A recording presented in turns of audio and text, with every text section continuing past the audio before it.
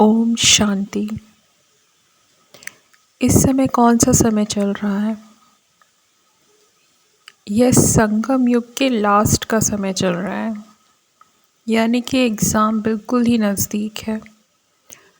और यदि हम लौकिक में देखें कि जब विद्यार्थियों की परीक्षा होती है, यदि अगले ही दिन उनकी परीक्षा है, फाइनल एग्ज़ाम है, तो क्या वे एक दिन पहले टीवी देखने में टाइम वेस्ट करते हैं या फ्रेंड्स के साथ कहीं घूमने जाते हैं या इधर उधर की बातें करने, गप्पे हाँकने के लिए बैठते हैं? नहीं, उनका पूरा फोकस होता है कल के एग्ज़ाम की प्रिपरेशन के लिए और वे चारों तरफ से अपनी बुद्धि हटाकर सिर्फ अपनी स्टडी पर ही फोकस करते हैं। तो जो भी समझदार व्यक्ति होता है वह एग्ज़ाम नज़दीक आने पर अपनी बुद्धि को चारों ओर से समेटकर सिर्फ अपनी पढ़ाई पर फोकस कर लेता है। तो हम भी ईश्वरीय विश्वविद्यालय के स्टूडेंट हैं और अब हमारी परीक्षा बहुत ही नज़दीक है, तो इसलिए अब हमें भी सारी व्यर्थ की बातों से, पर चिंतन से अपनी बुद्धि को समेटकर एकाग्रचित हो जाना चाहिए, एक परमात्मा में लगा देना चाहिए। क्योंकि अब हमारे एग्ज़ाम का समय नज़दीक है, तो यदि हम व्यर्थ की बातों में उलझे रहेंगे तो हमारा बहुत ही कीमती समय वेस्ट हो जाएगा।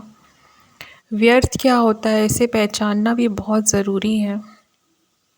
कोई भी ऐसी बात जिससे हमारा लेना या देना नहीं है, वह सब हमारे लिए व्यर्थ है। अभी हमें सिर्फ एक परमात्मा की याद में ही सारे दिन मगन रहना चाहिए। और वैसे भी हम सब अभी संगम युग पर हैं, पर बाकी दुनिया के लोग कलयुग में ही हैं। तो हम संगम युग पर है, इसका क्या अर्थ हुआ कि हमें कलयुग की चीज़ों में इंटरेस्ट नहीं होना चाहिए, कलयुग के न्यूज़ सुनने में टाइम नहीं लगाना चाहिए। हमारे लिए भगवान न्यूज़ देते हैं, भगवान श्रीमत देते हैं। हमें कलयुगी दुनिया से श्रीमत नहीं लेनी है या उनसे कंपेयर नहीं करना है कि वो ऐसा कर रहे हैं और हमें ऐसा करना है। हमारे लिए परमात्मा डायरेक्शन देते हैं, तो हमें परमात्मा के डायरेक्शन में चलना है। और हमारे इंटरेस्ट भी फिर कलयुग की चीज़ों में नहीं होने चाहिए, तभी हम संगम युगी ब्राह्मण कहलाएंगे। हमारे लिए पूरा वातावरण ही अलग है और हमारे नियम भी अलग हैं। जो परमात्मा कहते हैं उनकी एक श्रीमत को फॉलो करना है।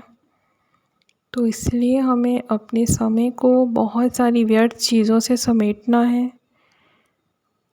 क्योंकि यदि 1 घंटा है तो हम उस 1 घंटे को अब किस चीज़ में लगाना चाहते हैं। यदि हमने उस 1 घंटे को कोई दूसरी न्यूज़ देखने या सुनने में लगा दिया, बातें करने में गंवा दिया, तो वह 1 घंटा तो चला गया। उसी 1 घंटे में हम परमात्मा को याद कर सकते थे। तो हमें कितने जन्मों का भाग्य प्राप्त हो जाए।